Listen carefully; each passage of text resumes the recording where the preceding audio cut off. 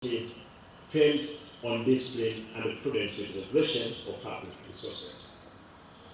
Mr. Speaker, Section 30K of the County Government Act 2012 requires the governor to annually deliver a state of county address before the county assembly. In my address today, I will report on implementation status of county budget policies and plans across key sectors of our economy. In my manifesto, I committed to place people at the center of inclusive development with a focus on 5 pillars, namely devolution and governance, wealth creation, sustainable environment conservation, social development, and ICT as an enabler. In preparing the County Integrated Development Plan, CIDP, and the Annual Development Plan, ADP, we have identified strategic priorities expenditure programs in line with the transformative development agenda in vision in my manifesto. My address will highlight where we are in implementing these plans as well as future plans. Mr. Speaker, let me start with the health service delivery. Our goal is to improve the existing health facilities and invest in universal health coverage to guarantee access to quality healthcare service for our people, especially the vulnerable ones. I wish to report that we have increased budgetary allocation to this sector, and this financial year we have set aside 4.14 billion Kenya shillings, up from 4 billion the previous year. Over the past year, we have implemented reforms in this sector and adapted a cashless payment system at the Kisii Teaching and Referral Hospital, as well as all level 4 hospitals. After seeing the reports through automation at KTRH, we collected 98.9 million Kenya shillings in the first quarter, 80.6 million Kenya shillings in the second quarter, 147 million in the third quarter, and 100 million in the fourth quarter. This figure could potentially go higher once we complete the ongoing digitization of service in our health facilities, Mr. Speaker. Mr. Speaker, recognizing the important role that human resources play in the health sector, we have released 10 officers, including doctors, clinical officers, and nurses for specialist training in emergency obstetric and neonatal care to improve mother and child health care. To ensure resident access to quality healthcare services at the grassroots, we have deployed specialists to sub-county hospitals. For example, we now have an operational dialysis unit at the County Hospital. I wish to thank our implementing partners who support 234 health workers in various facilities across the county through the HIV and AIDS program. Mr. Speaker, on ambulance and emergency response, when I assumed the office, only 1 ambulance was operational in the entire county.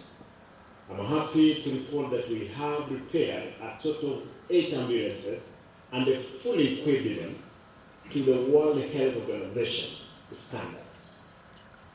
We have also waived referral.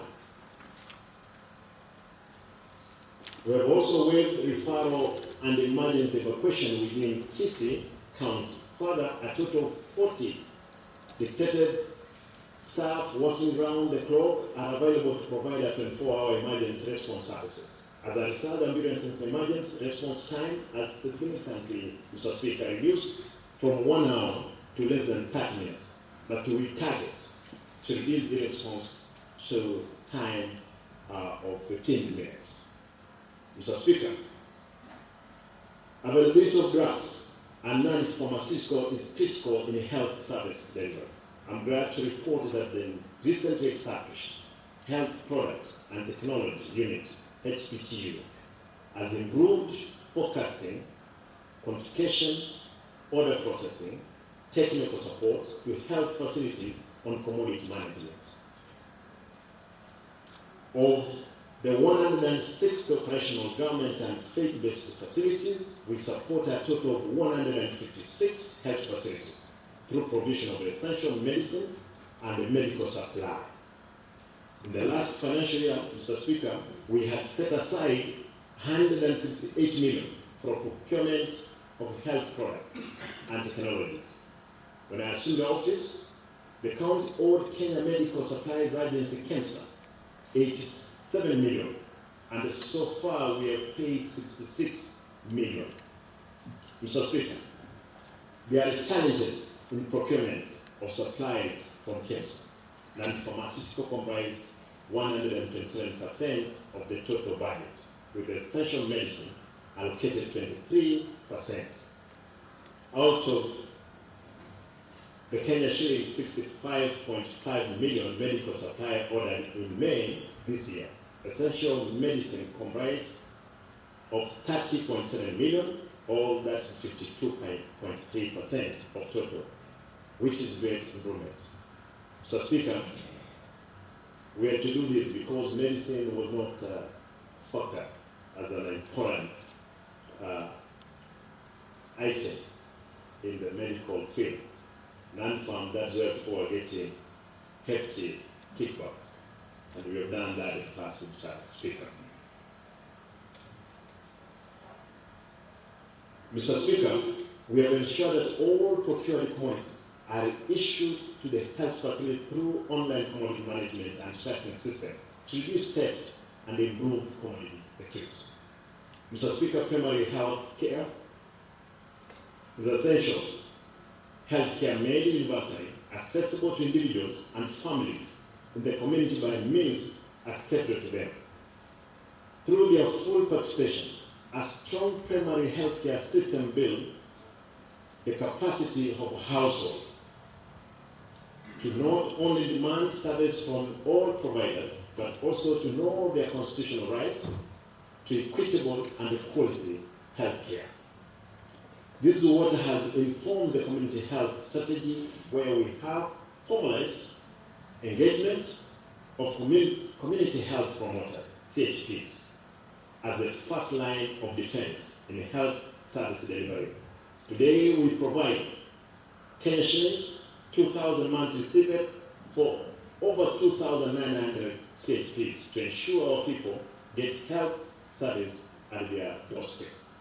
Recently, President William Ruto flagged off Kisii for 100,000 community health promoters to all 47 county governments. The kit will enable the CHPs provide a defined package of preventive and promotive health services, including household health screening. Each CHP is assigned a hand of the household and equipped with a smartphone to help transmit information, instruction, and address. Mr. Speaker, we have invested heavily in improving service delivery at KTRH. Our premier referral hospital, we have given the hospital a major facility, Mr. Speaker, through revamping infrastructure and reorganizing the accident and emergency area to reduce overcrowding at the waiting bay. Additionally, sorry, Mr. Speaker.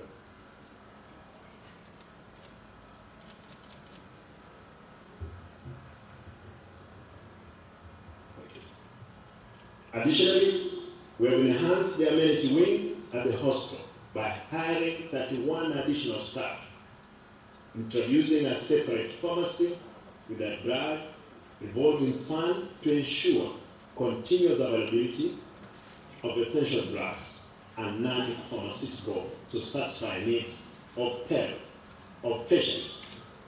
Current bed capacity stands at 100%, Mr. Speaker.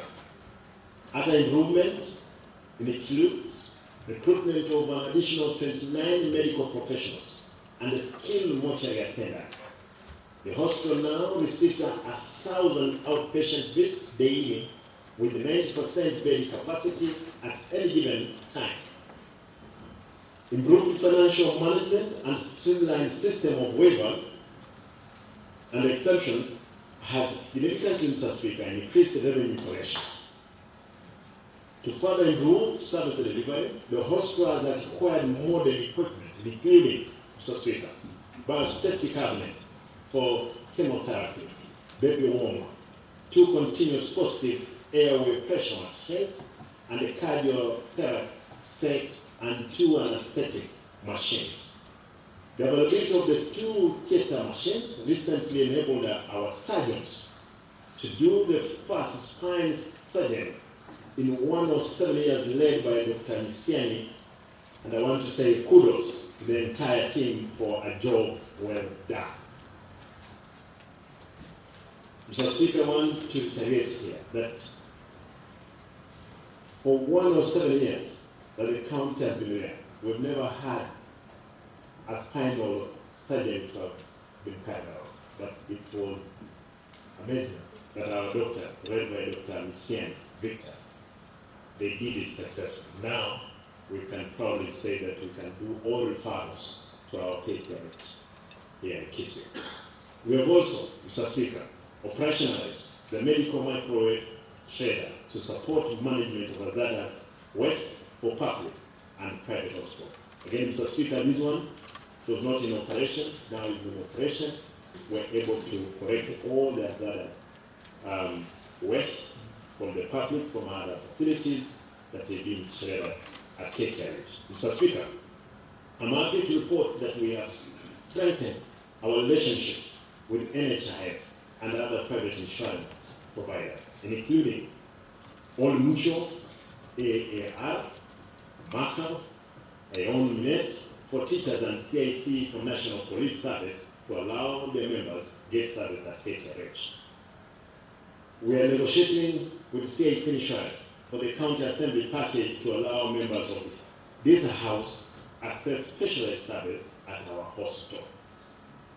Working with the national government, we shall soon equip the operationalize the mother and child hospital, raising the overall bed capacity to 1,000, up from current 700. I wish to inform the House that lifespan of the KTH Act 2014 will elapse in May 2024. Therefore, I call upon the Assembly to support us in developing a new legislation to strengthen the hospital's autonomy and the modernization plan. We are finalizing plan to acquire a modern and responsive health management system to migrate the hospital's operation to paperless system. Mr. Speaker, I'm happy to report that we are getting closer to our dream of establishing an ultra-modern cancer diagnostic and treatment center in Kisii. Already the National Treasury has set aside 1.9 billion as government contribution towards the project, and the procurement process for this project has been finalized.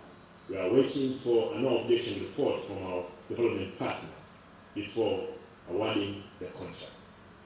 And I want to report, Mr. Speaker, that our government partner, in the meeting that which was held 2 weeks ago, they agreed to give us an objection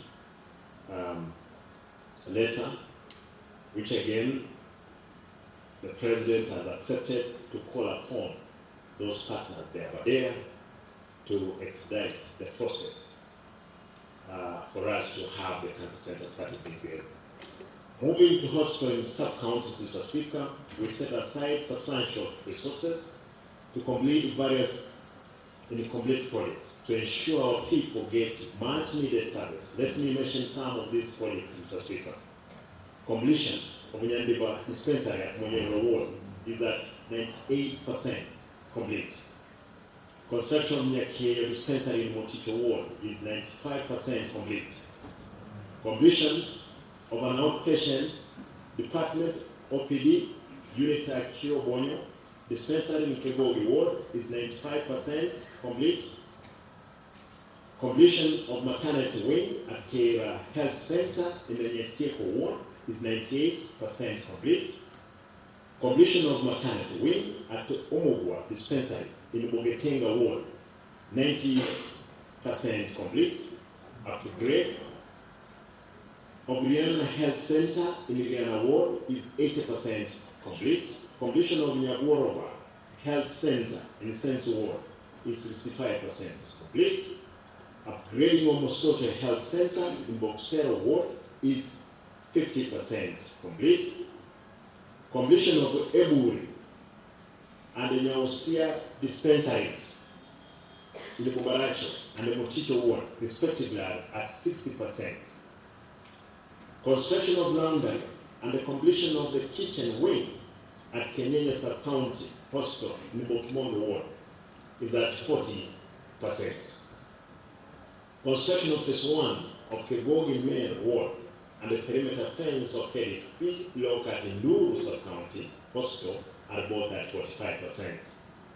Completion of Orangi Dispensary in the Basi Central Ward is at 30%. Contractors have started completion of Engoto Health Center in Sense Ward and the completion of water tower, distillation, installation, and the testing of water pump and the Moticho Dispensary in Moticho Ward. I've directed the Department of Health Services to strengthen the capacity of health facilities in sub-counties to offer services using National Hospital Insurance Fund, NHIF, to increase revenue and sustain their operation. Mr. Speaker, let me now turn to water, environment, energy, and climate change. Our goal is to protect the environment and the sustainable use existing natural resources through participatory management, planting of water-friendly tree species, conservation of forests, and restoration of water catchments. Climate change has impacted water sources by affecting quality and the quantity available for use. This puts our society at a indirect risk by impacting economic development, food security, energy supply, and widening social inequality. We must therefore invest in new water infrastructure and upgrading existing infrastructure to improve efficiency and climate resilience, public health, and enhance the quality of life.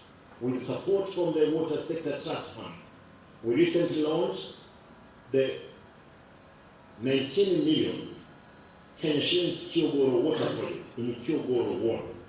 The project, implemented through the Kisii Water and Sanitation Company, WASCO, is set to be completed in 2 months, where a total of 9.4 kilometers of new water pipeline covering Kyogoro, Binyekwa, Nyabyuto, Botamba, Amariba, and Amariba, area of Nyaribari sub-county. Rikura Water Project in the Basi Bokatauro Ward is 98% complete. It will serve nearby markets of Nyanguso and Rio schools and other public institutions. At Ekribo Health Center in Ichuni Ward, within Nyaribari Masaba sub-county, we are doing a borehole to serve the institution and the local community. The project is 70% complete. Mr. Speaker, to promote rainwater harvesting, we recently distributed 47 water tanks of 10,000 liters capacity to schools across wards to ensure access to safe drinking water for lands. In bid to conserve our forests, we have embarked on the reforestation of Mbogo and the Keboye forest in Masimba and the Omariba ward through planting of indigenous tree seedlings. Going forward, we shall distribute fruit trees, seedlings, to selected schools across the county. Additionally, we shall construct 20 new water schemes and protect 100 water springs across the county. Mr. Speaker, agriculture is the mainstay of our economy, contributing to food and income security, employment, and wealth creation. 8% of our workforce is engaged in agriculture. This is why we have prioritized this sector for investment to support the livelihood of our residents. Coffee is a key cash crop that was a major income earner for our farmers. However, with governance issues and marketing challenges, many farmers have abandoned this crop. To boost coffee production, we have set up demonstration plots in 59 coffee factories. I recently flagged off distribution of 39,000 coffee seedlings to be planted in those demonstration plots.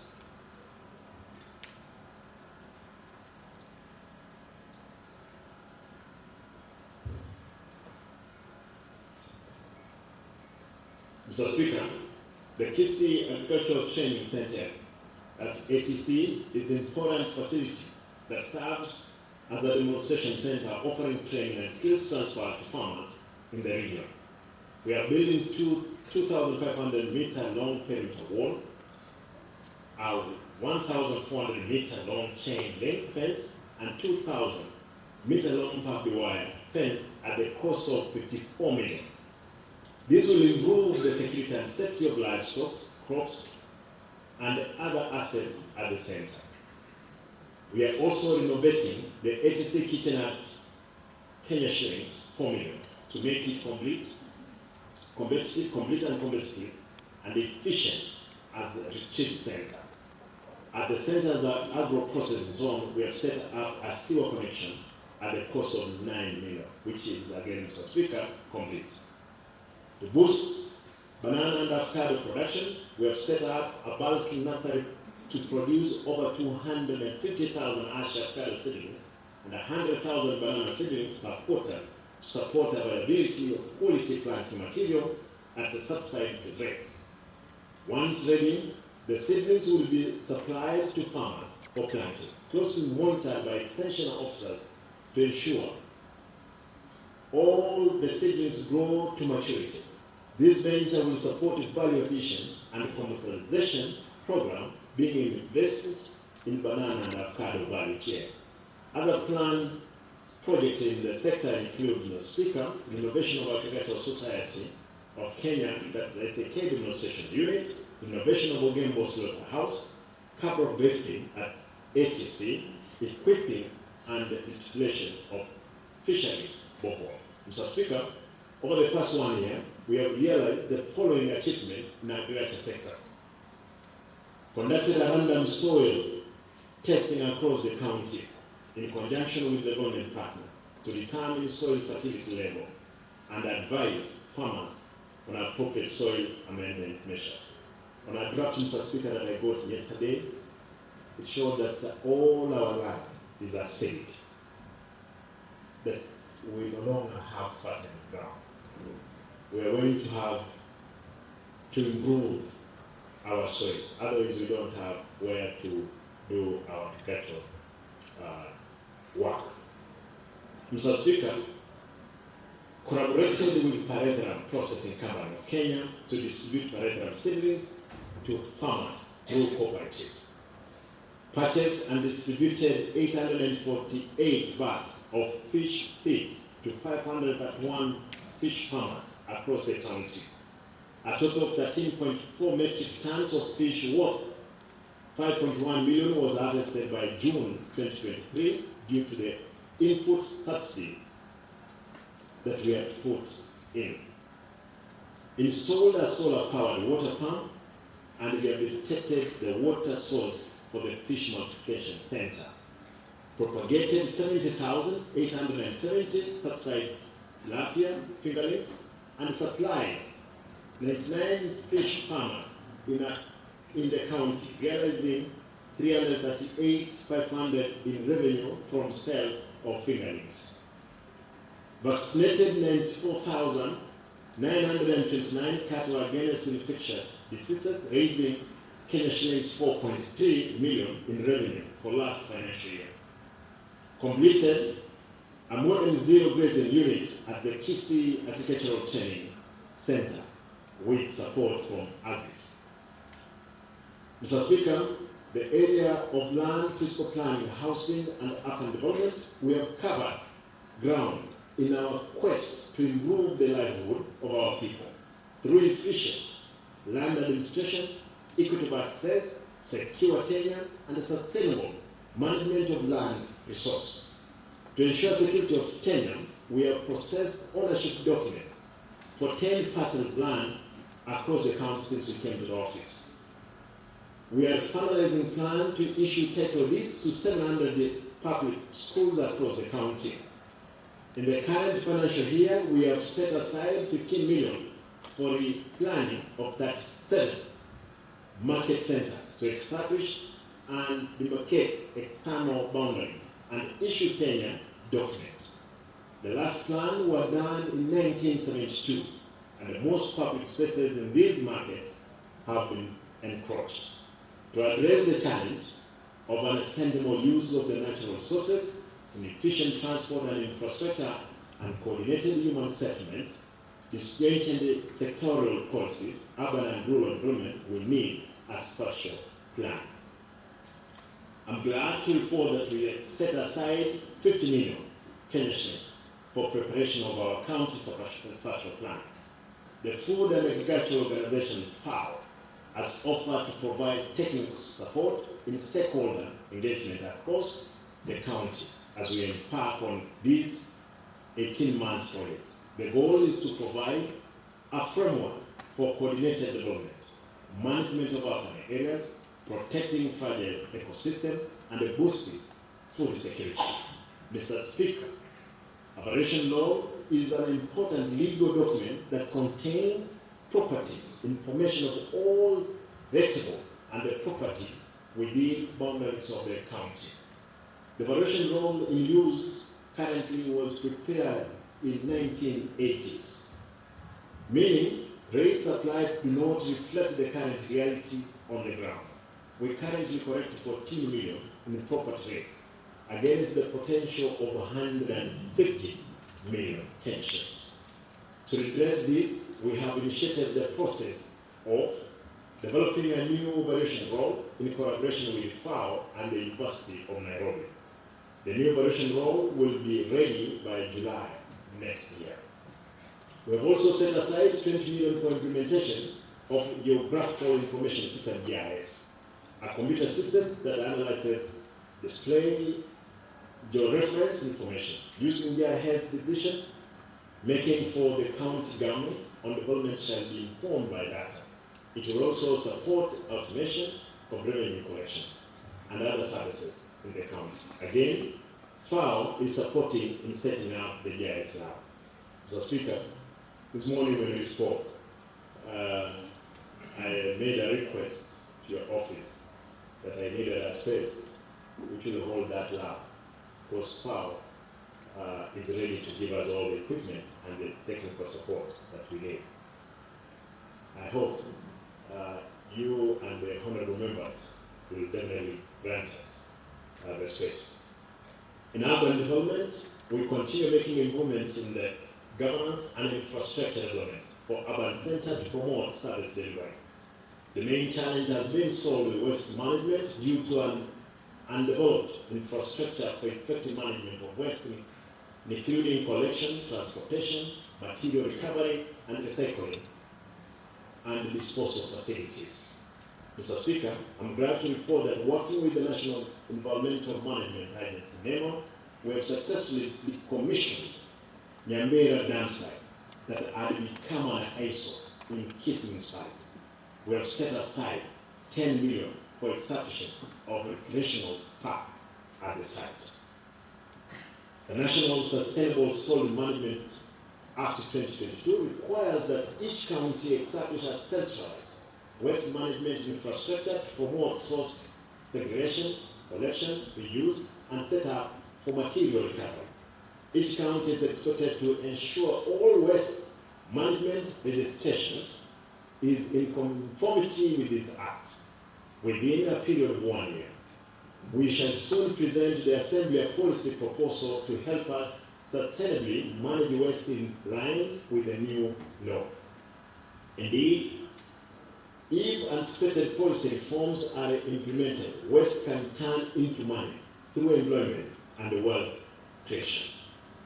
Additionally, through NEMA, we have held discussions with a private investor on the proposed establishment of material recovery facility. Waste shall be processed for sale to various recyclers, local and international. To improve waste collection, we have set aside funds for purchase of waste haul tractor and trailer. Already we have purchased a wheel backhaul loader at a cost of 10.9 million to support waste collection, management and disposal sites and unblocking stormwater drains. Mr. Speaker, we are upgrading infrastructure within Kisii municipality, construction of Rangibili, Elimu Moja, Backstreet, and the improvement of Huduma Center Kisii Hotel drain associated with works is complete. With support from the Kenya Urban Support Program, Kisii, the upgrading of Jogoo Kari Kibit Road to bitumen standard at the cost of 49.4 million is 80% complete. In our second municipality at Ogembo, I'm happy to report that we have embarked on a major infrastructure upgrade of urban area. Let me highlight the progress. Rehabilitation of Posta County Office Road is already complete. Carpeting, police, Omosasa, public works, ring road is complete. Rehabilitation of a highway Yatairas Road is 80%. Upgrading to bitumen standard, the Gospel Church, Dance, Hotel Ndege Hometown Hotel is underway. Kineni Bridge, Yamongera, Itare Road is 70%. Rehabilitation of Yabisiongoro, Choi Ondigi, Siwa Gitare Road is 40% complete. And Viamo Sota, Etora Road is 40% complete. Mr. Speaker, other planned road projects include Omosasa Elsa Academy Road, Ogembo PhD Mogesa Road, Mandera Tendere Secondary Mananasi Road, maintenance of Mosora Mandere Liokani Tendere Road, and Mananasi Mosora Road, among others. Going forward, we are developing local land use development plan for Nyambera, for Nyamarambe, Masimba, Marani, Mosocho, Nyamache, and the Mubonga to facilitate their upgrade to town status.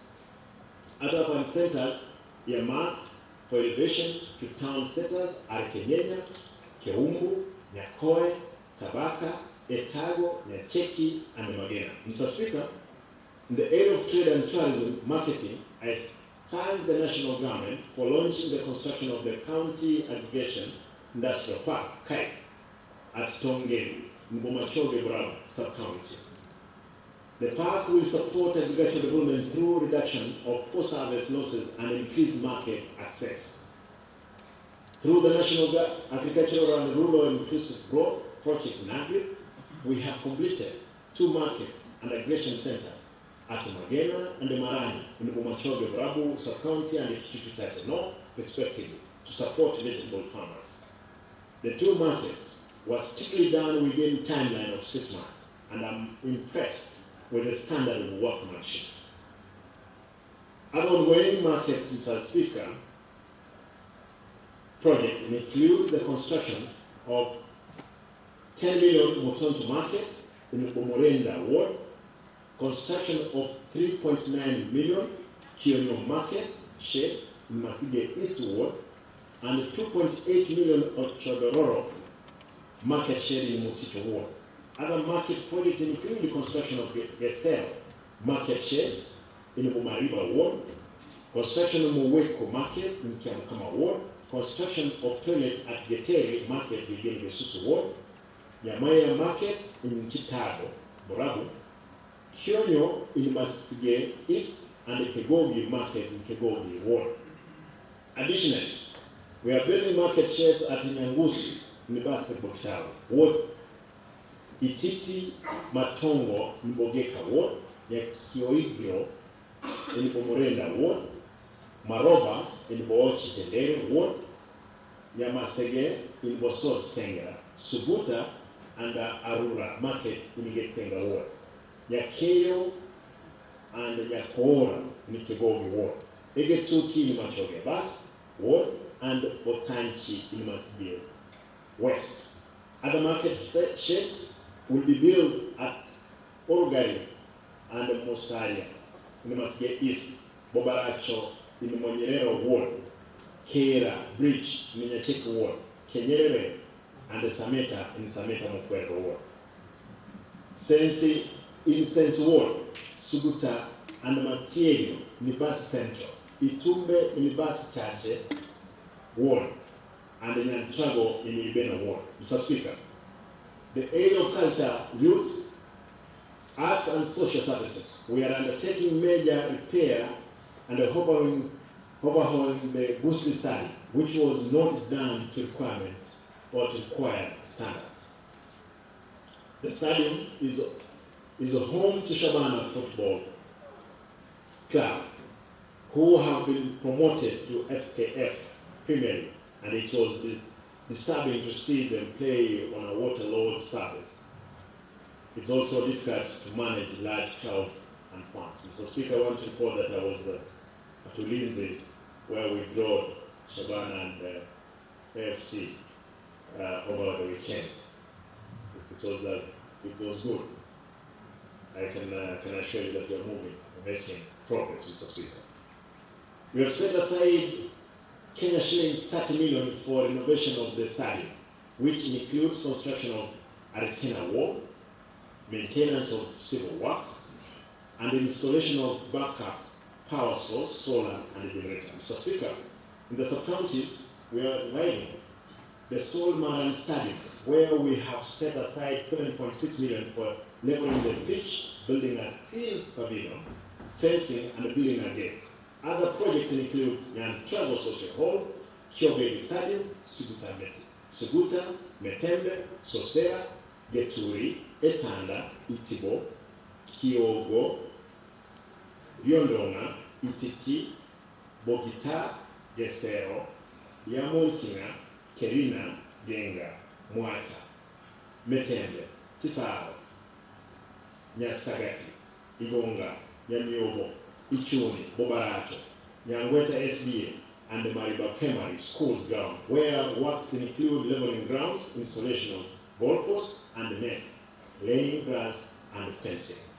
I wish to commend our sportsmen and the women who continue carrying the Kisii county flag high, conquering the world in various sports districts. I salute, Mr. Speaker, Commonwealth, the game's champion, Mary Mura, who is in the House, Mr. Speaker, who is with us today for our sterling performance in the 800 meters during the athletics champion in Budapest. Your spirit of competition and resilience is true inspiration and exemplary to all of us as a people and as a community. As I promised earlier, we shall work closely with our sportsmen and women to build an academy where we shall nurture budding talents. As part of our youth empowerment effort, Mr. Speaker, we partner with a GD organization in a training program aimed at equipping the youth with skills in ICT to enable them engage in an online avenue of self-employment. Commissioner Maran Sub-County Headquarters, Commissioner Monyero and the Kigogo Ward Officers, Commissioner Mosocho Sub-County Officers, Commissioner Kitagobra, Getenga, Moticho, Getenga, and Tabaka Ward in South Mogrango Sub-County, Commissioner Brianna, Bomariba, Bomorenda, and the Bobiakum Ward Officers in Bonchari Sub-County, Commissioner of various Ward Officers in the Bobasti Sub-County. Construction of the county headquarters at the community land opposite Kisii School at 100 million is available, as 100 million is available for phase 1. renovation of the current governor's office at all municipal buildings at the cost of 24 million, which is adjacent here. Completion of the enhanced governor's residence at 29 million. Mr. Speaker, to improve service delivery, the county needs to employ more skilled labor. But this, Mr. Speaker, has been hampered by ballooning wage bill. To deal with this, my government is working to significantly improve our own source revenue, to reduce wage bill percentage, and we are also in process of cleaning our payroll and rooting out ghost workers as per staff audit report. I must make it clear that I have not fired anybody, and any worker who didn't attend the headcount exercise has been issued with a show cause letter and should reach out to their supervisors to make their case. As for the ghost workers, I have directed that salaries be stopped in 21 days following due process. Turning to infrastructure, roads and public works, we must deliberately invest in sector that is mandated to support economic growth by facilitating smooth flow of goods, services, improving market access. I'm happy to report that we have made significant progress over the past 1 year, judging from the feedback my office receives from the residents. And like before, our roads are done according to set standards, and I promise that we shall do even more in coming years to enable our people get value for money. My long-term goal is to be able to tarmac most county roads and do curb replacement for all urban roads. We have set aside 243.9 million for construction of 207.8 kilometers road in all 45 wards. In the last financial, so far we have completed construction of 168 kilometers of road, and the remainder of 39 kilometers will be finalized soon. I'm happy to report that all the roads procured in Nyaribari Church and South Muganza County have been completed, while only remaining road in the ongoing Nyaribari Masaba, 2 remaining roads are ongoing in Bobasi and Bomachoge Church sub-county, and the 3 which were left in Bomachoge Morabu are being worked on. We have 2 roads and 4 other in Bonchai, Kitutu Church South and the Kitutu Church North sub-counties respectively, that have not been handed over, which my officers are making or working on the sure process is complete and the work start as soon as possible. Mr. Speaker, the planned project for this sector includes construction,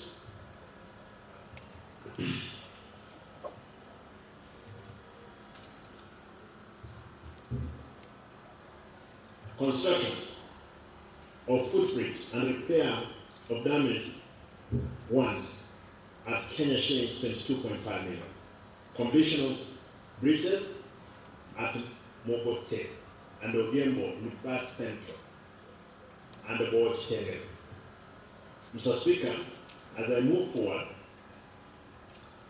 to conclusion of my address, let me highlight milestone in finance and economic planning sector, which supports other departments through disbursement of funds and formulation of statutory policies. The sector is also in charge of our own revenue mobilization, management of accounts assets, supporting procurement of goods and services on behalf of our other departments, tracking implementation projects and ensuring that there is value for money. Key milestone, Mr. Speaker, collected 413.99 million in our own source revenue for the year 2022-2023 financial year, representing 2.3% increase, up from 404.5 million realized the previous year. Timely disbursement of funds to county assembly prepared policy and strategy documents, including County Annual Development Plan, ADP, County Fiscal Strategy Paper, County Budget Review and Outlook Paper, and budget estimate for the year 2023-2024, among others in compliance with the PFM Act 2012 and the County Government Act 2012. Procured comprehensive insurance cover for staff and their dependents through NHIF. Mr. Speaker, pending bills as at the close of the financial year 2021-2022 stood at 1.6 billion.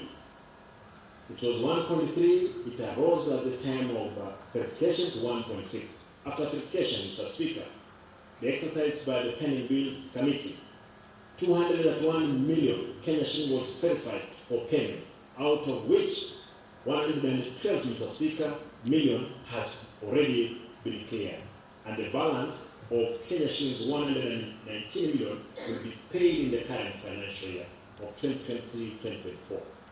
Revenue collection is a priority, Mr. Speaker. Project for this sector, according to the control of budget, the county has a potential of raising 2.19 billion in revenue per year. This year, we set a target of 650 million, and we hope to achieve this through full digitization of revenue collection, which will lead to minimize leakage, real-time reconciliation, payment from your comfort zone, comprehensive mapping of all businesses, and the capacity building of the staff. As I conclude, Mr. Speaker, I wish to reiterate on our state of disaster preparedness in the way of the expected El Nino rains. We are already on a high alert, and the respective county department have already formed the committees to evaluate mechanism of alleviating loss of life and damage of properties due to variance of the weather. I appeal to residents of the Kisii County who are in the prone places of landslide and flood-prone areas, which we are mapping out, to remain alert and consider moving to safe grounds in the meantime. We also put in place an earlier warning and alert system incorporating the county and national government agencies to help residents avoid negative effect of the unexpected long rains. Finally, Mr. Speaker, I wish to assure the County Assembly and the people of Kisii County that we are on the right track in fulfilling the pledges we made to the people during the campaigns. This was never going to be an easy task, but in spite of many doubters and naysayers, we believe in the dream and it shall be done. As I have said before, no angel will fall from heaven to do it for us. It will take our own efforts and strength to develop this great county. I thank all those who have stood with us, remembered us in prayers, and walked with us through this journey. We may not be there now, but we will be there. It will not be easy, but we will make it. I urge all leaders in the County Assembly and beyond to work together for the good of the people who have entrusted us with the opportunity to serve them. As Syrian writer, Publius Sarah's wrote, where there is unity, there is always victory. As a governor, I will always operate based on open door policy. I will work with all leaders without regard to political affiliation, because I serve all residents equally and I'm available for consultation all the time. Let us all endeavor to change our mindset and build Kisii. Mr. Speaker,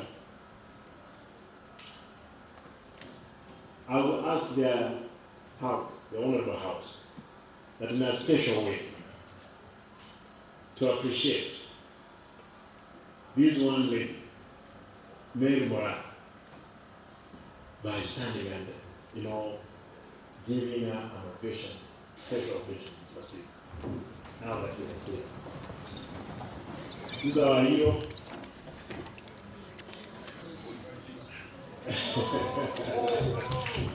There she is.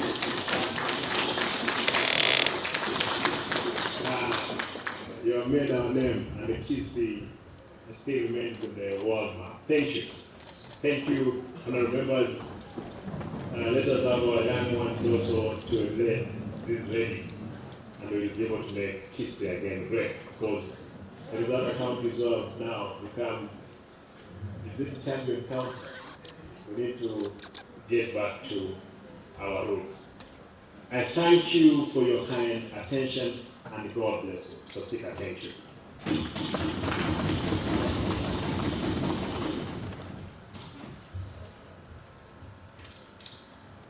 Thank you, Your Excellency, for that wonderful speech. Mola, you have made this county proud. Thank you. To all our guests, you are most welcome to our breakfast at our new assembly building down there at the first floor. Honourable members, the House starts adjourned until Wednesday, 4th October 2023 at 9 a.m.